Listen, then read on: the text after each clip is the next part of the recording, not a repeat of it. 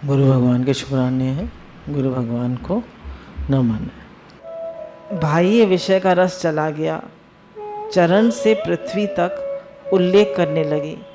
कहती हैं अब अपने चरण से मतलब ऐसे ऐसे गड्ढा करने लगे अंगूठे से पृथ्वी पर। कह रही है पृथ्वी तुम फट जाओ, हम तुम्हारे अंदर समा जाए। क्या करें हम? घर वापस लौट सकती नहीं है, भगवान एक्सेप्ट कर नहीं रहे, क्या करें? बेचारी कहाँ जाए? पूछने लगी कि क्या विधाता ने हमारे भाग में यही लिखा था? नहीं नहीं, क्या तुम समझती हो कि हम लौट जाएंगी? प्रेम में दृढ़ता चाहिए और परब्रह्म परमात्मा के ज्ञान में जो प्रीति है उसमें दृढ़ता चाहिए, नहीं तो लौट जाएगा विषय की ओर। कह रहे हैं अगर भगवान के प्रेम में दृढ़ता नहीं होगी तो मनुष्य विषय की ओर लौट जाएगा। जरा कोई कारण आया तो संसार में कोई दुख आया, परेशानी आई तो फिर संसार में चला जाए, वो भगवान में नहीं रुकेगा। अगर दृढ़ता नहीं होगी, अगर संसार में आकर्षण होगा, दृढ़ता नहीं होगी तो संसार में फिर लौट जाए। तो प्रेम में दृढ़ता चाहिए, कैसा भी कारण आए, कैसा भी दुख आए, दृढ़ता चाहिए कि नहीं मुझे भगवान ही चाहिए, मुझे भगवान की ओर ही बढ़ना है, मुझे संसार नहीं चाहिए।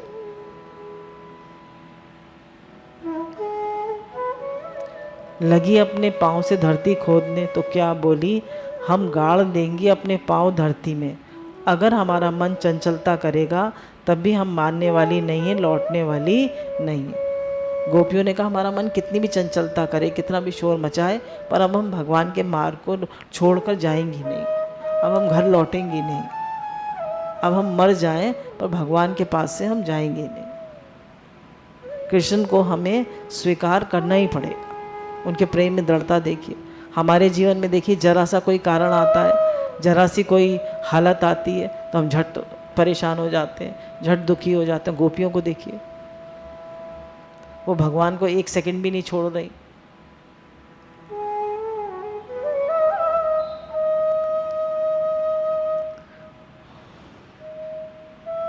गोपियों ने अपने पाँव से धरती को कुरेदा, पूछा अरे ओ धरती, क्या तुमने किसी भी कृष्ण अवतार में गोपियों को घर लौटते देखा? भगवान कृष्ण के तो हर उसमें अवतार होते हैं, चतुर्युग होते हैं ना, तो हर चतुर्युग में जब द्वापर युग आता है तो भगवान का अवतार होता है। तो कह रहे किसी युग में तुमने क्या गोपियों को घर लौटते देखा? कभी नहीं लौटी हैं, तो आज भी गोपियां नहीं लौटेंगी। यदि श्री कृष्ण नहीं मिले तो हमारा जन्म निष्फल, अब हम मुंह पर कालिक लगा लें क्या? कह रहे श्री कृष्ण नहीं मिले तो हम मुंह पे कालिक लगा लें क्या? अब इसको बता रहे हैं, आंखों में जो काजल था उसको ले लेकर आंसू बह रहे हैं। आपने आंखों में काजल लगा रखा है, अब आंसू बह रहे हैं, तो आंसू कैसे होंगे? काले काले होंगे ना। समझ में आ रहा है? काले काले आंसू बह रहे हैं गोपियों के। कैसे बह रहे हैं? बोले उनके वक्षस्थल पर जो केसर लगी थी ना, वह उन आंसुओं से धुलने लगी। अब इन्होंने एग्जाम्पल बताया है कि केसर क्यों लगाते थे। पहले हमारे यहाँ परफ्यूम लगाते हैं, हम क्या लगाते हैं? परफ्यूम। पहले लोग केसर लगाया करते थे ताकि जो पसीने की बदबू है वो ना आए। केसर की सुगंधा, केसर ही असली होती थी। तो कश्यप महाराज जो थे ना, उन्होंने जब तपस्या करी तो वो कश्मीर को अवतीर्ण किया था उन्होंने। तो उन्होंने भगवान से प्रार्थना करी और पूजा करी कि भगवान अब हम कश्मीर में अवतरित हुए तो हम आपके चंदन तो लगा नहीं सकते। कश्मीर में चंदन लगाएंगे भगवान को? ठंड लग जाएगी भगवान को। तो कहा क्या लगाएं आपको? तो भगवान ने कहा कि तुम हमें केसर लगाओ। तो कश्मीर में एक जलोध्या नाम का असुर था, लोगों को बड़ी पीड़ा पहुंचाता था। तो कश्यप जी की प्रार्थना से भगवान ने उस असुर को मार दिया। तब कश्यप जी के नाम पर काश्मीर नाम पड़ गया। गोपियों ने अपने वक्षस्थल पर केसर लगा ली थी, जिसमें दुर्गंध ना आवे हमारे प्रियतम को। वक्षस्थल पर पसीना होने से जो दुर्गंध आती है, उस दुर्गंध से हमारे प्रीतम को अरुचि ना हो, इसके लिए केसर लेप करते हैं। अब आंखों से आंसू की धारा बही उसके साथ काजल प्रवाहित हुआ और उस वक्ष स्थल पर जो केसर लगी थी उसको धुलने लगी। अब आंखों से आंसू बह रहे हैं और यहाँ केसर लगी हुई है, तो अब क्या है, वो सब केसर धुलने लगे। काजल क्यों मिल गया आंसू में? ये आंसू जो है ना, ये हृदय की द्रवता दिखाने के लिए। क्या मतलब है कि हमारा हृदय, जब आंसू कब गिरते हैं? जब हमारा हृदय पिघलता है। जब हमारा हृदय भगवान के लिए रोते हैं तो संसार के जड़ चीज़ों को छोड़ देता है। समझ में आ रहा है? जैसे कोई चीज़ ठोस हो तो उसमें आप कुछ और कलर मिला सकते हैं, कोई और कलर मिला सकते हैं। जैसे एक मोमबत्ती है, उसका रंग सफ़ेद है, अब आपको पिंक बनानी है, तो क्या करेंगे? ऊपर से पिंक पोत देंगे? पहले क्या करेंगे? पिघलाएंगे, फिर उसमें पिंक कलर डालेंगे। बोले ऐसे ही हमारे हृदय में क्या भरा पड़ा है? संसार, जड़ है हमारा हृदय। संसार की चीज़ों को पकड़ पकड़ कर जड़ हो गया है। अब जब वो भगवान के प्रेम में रोएगा, द्रवित होगा, पिघलेगा, द्रवित होगा मतलब पिघलेगा। जब भगवान के प्रेम में पिघलेगा तो वो अपनी जड़ता को छोड़ेगा, तब हम उसे भगवान का रंग डालेंगे। संसार की जड़ता गई तो भगवान का प्रेम आ जाएगा।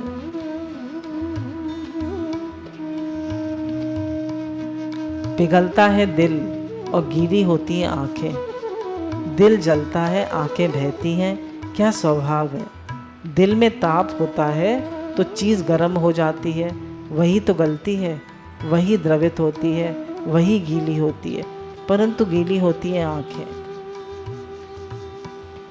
आंखों से आंसू बनकर बरसती है, लेकिन उसमें मिल गया काजल। क्यों? इसलिए कि हमारे हृदय में जो राग है वह सांवरे का है। अब कह रहे हैं जो आंसू थे उसमें मिल गया काजल। क्यों? क्योंकि जिसके लिए हम रो रहे हैं वो सांवरा है ना, तो हमारे आंसू भी सांवरे होने चाहिए। देखिए कैसी वो लगाते हैं। गोरे के लिए नहीं रो रहे हम सांवरे के लिए रो रहे हैं, इसलिए हमारे आँख के आंसू भी सांवरे हैं। हमारे दिल में काला है, इसलिए काले आंसू बह रहे हैं। हमारे दिल में काला है, काले श्याम सुंदर है, इसलिए आंसू भी काले हैं। श्याम राग कज्जल मिलने से आंसू हो गए काले। नारायण, तो अब देखो आंसू बहते हैं तो केसर को धोते हैं। कहते हैं यदि श्याम नहीं मिले तब श्रृंगार किस काम का? बोले अगर श्याम नहीं मिले तो श्रृंगार का लिए किसके लिए श्रृंगार करें? जब उन्होंने ही मना कर दिया तो वक्षस्थल को धो दो। इस पर तो केसर नहीं, काजल का ही लेप, स्याही लगा दो। कह रहे जब श्याम सुंदर ही नहीं मिले तो इस पर केसर का लेप क्यों लगाएं? इस पर स्याही का लेप लगा दो। काजल के आंसू बह रहे हैं ना आँखों से। ये कृष्ण को दिखाना चाहती हैं, बताना चाहती हैं कि हमारे हृदय में कितनी व्याकुलता है, हमारे हृदय में कितनी पीड़ा है आपके। घनश्याम रस की वर्षा कराकर घनश्याम को बताना चाहती हैं कि तुम भी रस बरसो ना, कठोर क्यों हो रहे हो। तो रो रो के गोपियाँ कृष्ण को बताना चाहती हैं कि तुम भी बरसो ना, तुम भी पिघल जाओ ना, अब हमसे सहन नहीं होता। कहती हैं यदि इन आँखों से श्याम सुंदर देखने को नहीं मिलते तो इनका अंधा हो जाना ही श्रेष्ठ है। कह रही इन आँखों से अगर श्याम सुंदर देखने को नहीं मिलते तो ये अंधी हो जाए। कितना प्रेम है गोपियों का। दोनों आँखों से महाराज यमुना निकलती हैं, काली काली नदी, और ये हृदय पर आवे तो सूख जाए, क्योंकि वहाँ पर विरह का ताप है। श्याम सुंदर के त्याग का ताप बड़ा, और ये आँखों से निकलने वाली यमुना बड़ी है। दो यमुना प्रवाह, दो यमुना आकर हृदय पर वक्षस्थल पर सूख जाती है। अब दो ये गंगा यमुना बह रही हैं आँखों से, और कह रही है वक्षस्थल पर आकर ये सूख जाती है। अब कह रहे हैं हमने अपने गांव में देखा है कि जो लकड़ी चीरने वाला होता है ना, तो वह एक सूत रंग लेता है और कोयला पीसकर उस सूत में काला रंग मिला लेता है और लकड़ी पर निशान लगाता है कि आरा जाएगा तो कहाँ का होता जाएगा, है ना। सूत से उस पर सूत लगा देता है, उसमें काला कोयला पीस के मिला देता है और उस पर निशान लगा देता है कि अगर हम आरी कहाँ पे चलाएंगे, यहाँ पे जहाँ निशान है वहाँ पे चलाएंगे। बोले ये जो विरह की का बढ़ाई है ना, ये हमारे शरीर को चीरना चाहता है। ये विरह का बढ़ाई है ना कृष्ण, ये हमारे हृदय को, हमारे शरीर को चीरना चाहता है। चीरने के लिए इसने कज्जल मिश्रित आंसुएं, ये दो रेखाएं बनाई। इस पर चीरते चले जाओगे तो कलेजा जो है ना, दिल जो है ना, ये चीर चीर हो जावे। अब देखिए इधर से आंसू बह रहे हैं, इधर से आंसू बह रहे हैं। अब कह रहे हैं बीच में इसमें वो चलाएंगे, आरी चलाएंगे तो क्या, कौन चिरेगा? कलेजा, कलेजा चिरेगा। चीरने के लिए निशान बैठा दिया है, इसलिए आंखों से आंसू बह रहे। अब गोपियों की हृदय की दिखाया है कि मतलब तड़प है उनको, कितने भगवान के लिए प्रेम है उनके हृदय में। राग दो तरह का होता है, एक शरीर से बाहर की चीज़ों का राग और दूसरा भीतर की चीज़ों का राग। राग दो तरह का होता है, एक बाहर का, एक चीज़ों का, और एक भीतर की चीज़ों का। भक्त में शरीर से बाहर की चीज़ों का राग कभी नहीं आता। भक्त में शरीर से बाहर की चीज़ों का राग नहीं आता, लेकिन शरीर के भीतर जो चीज़ें हैं ना, उनमें ये अहम जो है वह कभी बढ़ जाता है, कभी घट जाता है, कभी फूलता है, कभी पटकता है।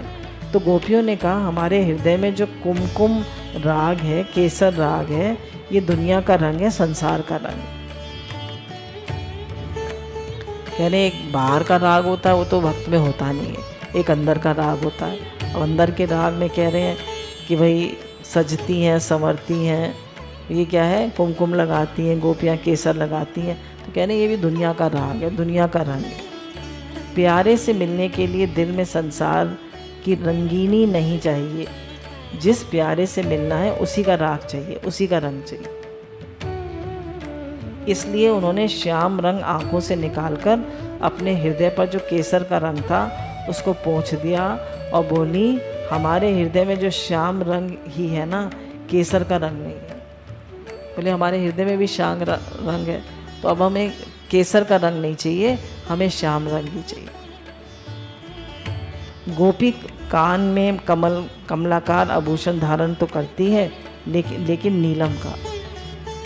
कह रहे जितने भी आभूषण गोपी धारण करती है सोने के नहीं, नीलम के, क्योंकि भगवान के रंग से मिलते हैं। तो कह रहे हैं हम केसर का रंग क्यों लगाएं, हम काला ही रंग लगाएंगे। कह रहे हैं कृष्ण ने मना किया हमको, तो ज़रूर हमारे अंदर ही कोई दोष हो।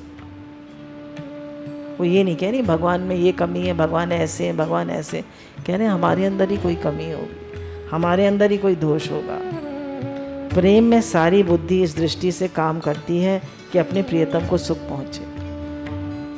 बोले प्रेम में सारी दृष्टि किस पर काम करती है कि हमारे प्रियतम को सुख मिले।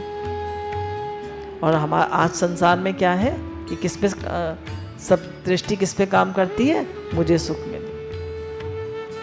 नहीं, आजकल का प्रेम कैसा है, मुझे सुख मिले। और पहले का प्रेम कैसे था, प्रियतम को कैसे सुख मिले। प्रेम में सारी बुद्धि इस दृष्टि पे काम करती है कि अपने प्रियतम को सुख पहुंचे। प्रेम में दोष कहाँ होगा कि जहाँ अपने सुख की बात आ जाएगी, अब अपने सुख के लिए प्रियतम के सिवा दूसरे को देखना, ये तो व्यभिचार होगा। कह रहे हैं प्रेम में दूसरे को देखना तो व्यभिचार हो गया, और प्रियतम के सुख के लिए प्रियतम के अतिरिक्त अपने सुख को पहुंचाना, ये भी व्यभिचार तो नहीं हुआ। कह रहे हैं अब प्रियतम को सुख ना पहुंचाकर अपने को सुख पहुंचाना, बोलिए व्यभिचार तो नहीं हुआ, लेकिन अभिमान के कारण प्रेम रस किरकिरा हो गया। भैया अगर प्रीतम नहीं मानते तो छोड़ो, हम अपना मौज करें। अब प्रीतम मान ही नहीं रहे तो क्या करें, हम ही घूम फिर आए, हम ही मौज कराए, हम ही रेस्टोरेंट चले जाएं, हम ही फ्रेंड्स के साथ घूम आए हैं। तो कह रहे हैं प्रेम रस तो किरकिरा हो गया। आजकल क्या करती हैं लेडीज़, हस्बैंड के पास टाइम नहीं है, वो बिज़नेस में बिजी हैं, तो लेडीज़ अपनी किटी बना लेती है, कोई थाईलैंड घूमने जा रही है, कोई गोवा घूमने जा रही है। आजकल ये हो गया, जेंट्स के पास तो टाइम है नहीं, तो बोले प्रेम रस तो किरकिरा हो गया, प्रेम रस रहा? प्रेम रस तो रहा नहीं।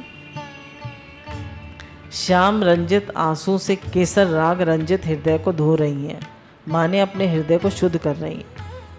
प्रियतम की अप्राप्ति उनको बड़ा भारी पीड़ा है, मुंह से शब्द नहीं निकलता। प्रेम का स्वभाव ये है कि उसमें जिससे सुख होता है उसी से दुख होता है।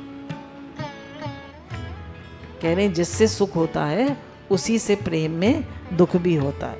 अगर दूसरे से सुख होता तब तो वह प्रेम ही नहीं है। बोले दूसरे से सुख मिल रहा है तो प्रेम नहीं है। वह तो जिससे दुख होगा उससे द्वेष हो जाएगा। संसार में क्या होता है, जिससे दुख मिलता है उससे द्वेष हो जाता है, लेकिन प्रियतम से दुख होगा तो प्रियतम से द्वेष नहीं होगा।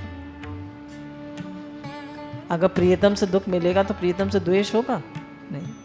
देखिए, अगर जिससे हमें द्वेष है वो फूल भी मारेगा तो हम कहेंगे कि हमें लग गया, और प्रिय जो है कंकड़ भी मारेगा तो कहेंगे फूल जैसा लगा। तो अगर प्रियतम से दुख भी मिलेगा तो द्वेष नहीं होगा। देखो, जब तक मनुष्य शरीर है तब तक दुख सुख ये दोनों आवेंगे, लेकिन जिसको अपने दुश्मन से दुख मिलेगा उसके हृदय में दुश्मन के प्रति द्वेष का उदय होगा। लेकिन हमारे हृदय में यदि अपनी प्रियतम से दुख होगा तो प्रियतम के प्रति द्वेष उदय नहीं होगा, और जो पीड़ा होनी चाहिए, जो प्रारब्ध से दुख आना है, वह सब भोग हो जाएगा। अच्छा, कहो कि प्रेम करें दूसरे से और सुख मिले दूसरे से तो चलेगा? बोले प्रेम करें दूसरे से, सुख मिले दूसरे से, चलेगा? आप तैयार हुई हैं, अब पति का फ़ोन आ गया, मेरे पास टाइम नहीं है, आप किसी दूसरे के साथ घूमने चली जाएंगी? चले जाइए। तो कह रहे ऐसे कैसे होगा? बोले नहीं चलेगा। प्रेम में स्व सुख पर तो दृष्टि है ही नहीं, फिर उसे दूसरे से प्राप्त करना तो व्यभिचार हो गया ना।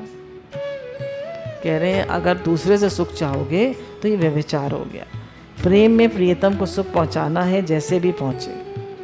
प्रेम में क्या है कि हमारे प्रियतम को सुख पहुंचे। गोपियों का एक ही वो है नारा, तत्सुखी सुखित्व। यदि प्रियतम कैसे भी प्रसन्न नहीं हो पाता तो प्रेमी के हृदय में ये तकलीफ होती है कि अरे, हमारा जीवन हमारे प्रियतम को प्रसन्न करने के काम नहीं आया। प्रेमी को तकलीफ होती है कि हमारा जीवन प्रियतम को प्रसन्न करने के काम नहीं आया। क्या फ़ायदा हमारे जीवन? अगर भगवान हमसे प्रसन्न नहीं हुए तो क्या फ़ायदा जीवन का? प्रेम क्रिया प्रधान नहीं है, प्रेम भोग प्रधान नहीं है, प्रेम वस्तु प्रधान नहीं। चाहे अपना प्रियतम प्रत्यक्ष हो, चाहे अपना प्रियतम ईश्वर चैतन्य हो, प्रियतम की जो स्वयं प्रकाशता है वही प्रेमी को अभिष्ट है। कह रहे हैं हमें सुख भी चाहिए प्रियतम से, दुख भी चाहिए प्रियतम से ही। सुख दुख दोनों प्रियतम से ही जुड़े हैं। अगर प्रियतम से दुख मिल रहा है वो किसी दूसरे के पास नहीं जाएगी। जो भी रोना धोना करेगी वो प्रियतम से ही करेगी, दूसरे के पास नहीं जाएगी। इसलिए गोपियाँ खड़ी हैं शरीर से, लेकिन एक क्षण के लिए तो उनकी बोलती बंद हो गई और दुख के बोझ से दब गई। उनके मन में आया कि प्रियतम अपना है, कोई पराया तो है नहीं। तो बोली फिर तो इनको गाली देकर ठीक करेंगे। बोली इतना मना रहे मान नहीं रहे, तो अब इनको गाली देकर ठीक करेंगे। लड़ेंगे, अब इनको गाली देकर ठीक करेंगे, इनको मार कर ठीक करेंगे, इनको नाराज़ करके ठीक करेंगे, श्राप देकर भी ठीक करेंगे। कह रहे हैं ब्रह्म वैवर्त में आया है कि राधा रानी ने श्राप दिया कृष्ण जी को। ये मौन जो है ना, कई लोग तो उस पर बड़ा आक्षेप करते हैं कि राधा रानी जो है उन्होंने कृष्ण जी को श्राप क्यों दिया। ये बात तो ये है कि जो अपना प्रियतम है उसके ऊपर प्रेम करने का जैसा अधिकार है, वैसे उसके ऊपर क्रोध करने का भी अधिकार। भाई खाली प्रेम ही प्रेम होते, लड़ाई नहीं होती प्रेम में, लड़ाई भी होती, दोनों होता है। हाथ जोड़ने में भी प्रेम है और क्रोध करने में भी प्रेम है। परंतु बोलने से पहले वे मौन हो गई। बोले बोलने से पहले वो मौन हो गई। ये मौन जो है ये संधि है। गोपियाँ तो वेग से दौड़ी आई कृष्ण के पास और कृष्ण ने डाल दी रुकावट कि जाओ लौट जाओ, और दोनों के संधि स्थल पर है मौन। इस मौन के बाद गोपियाँ अगर कमज़ोर हैं तो लौट जाएंगी। बोले भगवान ने कह दिया लौट जाओ, खूब सुनाई। अब गोपियाँ मौन हो गई, बोल नहीं रही हैं। तो बोलिए कमज़ोर होंगी तो गोपियाँ लौट जाएंगी, जैसे यज्ञपत्नियाँ लौट गई थी ना। गोपियों का प्रेम ऐसा है कि इसमें लौटना नहीं है। श्री कृष्ण भी कौन, उनको लौटाना चाहते थे, वो उनको लौटाना नहीं चाहते थे भगवान। वो तो संसार को उनका प्रेम दिखाना चाहते थे कि इनमें कितना प्रेम। वे तो स्थूणा खंड न्याय से उनके प्रेम को मजबूत करना चाहते थे। वे प्रेम ही क्या जिसमें लौटना हो। बोले वो प्रेम ही क्या जिसमें लौटना हो। प्रेम में लौटना नहीं होता। अपना जो हृदयेश्वर है, परम प्रियतम है, वह श्रेष्ठ है। जैसे श्रेयाम को श्रेष्ठ बोलते हैं। इनके लिए हृदय द्रवित हो गया। जो संसार की पकड़ी कठोरता थी वह मिट गई। जब हमारा हृदय, हम रोते हैं, भगवान के लिए द्रवित होता है, तो जो संसार की चीज़ों को पकड़ कर हमारा हृदय कठोर हो गया था, वो पिघल जाता। तभी कहते हैं भगवान के लिए रो, भगवान के लिए रो। परंतु वह आज वाणी ऐसी बोल रहा है जैसे कोई प्रियतर बोल रहा हो, अपने प्यारे के सवाए कोई बोल रहा हो। कह रहे हैं आज तो कृष्ण ऐसी बोली बोल रहा हो जैसे कोई दुश्मन बोल रहा हो। बोले लग ही नहीं रही ये हमारे प्रियतम बोल रहे हैं। बोली है दूसरे की और बोल रहे हैं कृष्ण। बोले ये लग रहा है बोली तो दूसरे की है और बोल रहे हैं कृष्ण। शब्द जोड़ने का अभिप्राय है कि वास्तव में कृष्ण प्रियतर नहीं, प्रियतर लगते हैं। कह रहे हैं कृष्ण जो है प्रियतर लगते हैं पर है नहीं। श्री सुखदेव जी महाराज गवाही दे रहे हैं कृष्ण की ओर से कि ये गोपियों की कम अकल है जो प्रिय को प्रियतर समझती हैं। श्री कृष्ण का ऐसा जादू है कि वे प्यार जताना चाहें तो प्यार जता दें, मार जताना चाहें तो मार जता दें। कह रहे हैं भगवान का ऐसा जादू है, कृष्ण का ऐसा जादू है कि जरा सी देर में तो गोपियों को प्रेम जताना चाहें तो प्रेम जता दें, मार जताना चाहें तो मार जता दें। धर्म ही धर्म बात करते हैं कि लौट जाओ। गोपियाँ रो रही हैं, आंसू की धारा बह रही है, धरती में धंसी जा रही हैं, मुंह लटका जा रहा है। और बोलते हैं गोपियाँ चिंता छोड़ो, रो मत, स्वस्थ हो जाओ। अगर रास्ता भूल गई है तो हम घर पहुँचा दें। तुमको धर्म के विरुद्ध कोई काम नहीं करना चाहिए। और यह यदि हमारा प्यारा है जिसके लिए हम सब छोड़कर आई हैं, तो ये दुश्मन बन रहा है, तो ऐसा बोलते हैं। पर बोलते कौन है? जिसने आकर्षण किया है, जिसने खींचा है, वही कृष्ण बोलता है ना। कौन बोल रहे हैं? कौन कह रहे लौट जाओ? कृष्ण ही तो कह रहे हैं। तो उन पर उन्हें क्रोध वो नहीं आ रहा, द्वेष नहीं हो रहा। क्रोध तो आ रहा है पर द्वेष नहीं हो रहा। जैसे लोहे के लिए चुंबक होता है, वैसे गोपियों के लिए कृष्ण। परंतु कृष्ण सबको नहीं खींचते। किसको खींचते हैं? गोपियों को। कृष्ण हर एक किसी को नहीं खींचते, गोपियों को खींचते हैं। क्यों? जिसकी गोपी कौन? जिसकी सारी इंद्रियां कृष्ण से रस लेने में लगी। गोपी शब्द का अर्थ है गौ माने इंद्रियां, प माने रक्षा करने वाली। तो जो अपने इंद्रियों को विषयों से सुरक्षित रखे वे गोपी। तो कृष्ण सिर्फ उन्हीं को खींचते हैं जो इंद्रियों के संयमी होते हैं। बोले कृष्ण किसको खींचते हैं? जिन जो इंद्रियों के संयमी होते हैं, उन्हीं को खींचते हैं। भोग और काम के परायण नहीं है जो अपनी इंद्रियों को कृष्ण रस का पान कराने के इच्छुक है। जो भोग के परायण नहीं है, अपनी इंद्रियों को कृष्ण रस का पान कराना चाहते हैं, उन्हीं को कृष्ण अपनी ओर खींचते हैं।